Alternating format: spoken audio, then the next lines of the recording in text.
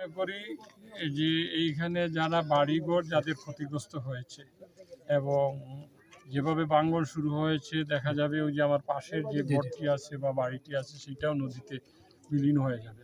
আমরা স্থানীয় প্রশাসন এবং জেলা প্রশাসনকে আমরা অনুরোধ করব তাদেরকে যাতে এখান থেকে স্থানান্তর করে তাদের অন্ততপক্ষে একটি আবাসের ব্যবস্থা করে দেওয়া হয়, আর না হলে যে কোনো ধরনের দুর্ঘটনা ঘটতে পারে। এবং আমি আশা করি এই দুর্ঘটনা কার জন্যই কাম্য না, সুতরাং স্থানীয় এবং জেলা প্রশাসন এই বিষয়টুকু তড়িৎ গতিতে ব্যবস্থা নেবেন। বিষয়টুকু নিয়ে আমরা এই পানি উন্নয়ন বোর্ডের যে মন্ত্রণালয় আছে, বন্যা নিয়ন্ত্রণ মন্ত্রণালয়, ওয়াটার রিসোর্স মিনিস্ট্রি, এইখানে যিনি উপদেষ্টা আছেন তারও দৃষ্টি আকর্ষণ করব। তারপরে এলজিডির যিনি উপদেষ্টা আছেন তারও দৃষ্টি আকর্ষণ করব, যাতে আমাদের এই সমস্যাটুকু ভাঙনের সমস্যা এবং রাস্তা মেরামতের সমস্যা তারা যাতে তড়িৎ গতিতে সমাধান করেন।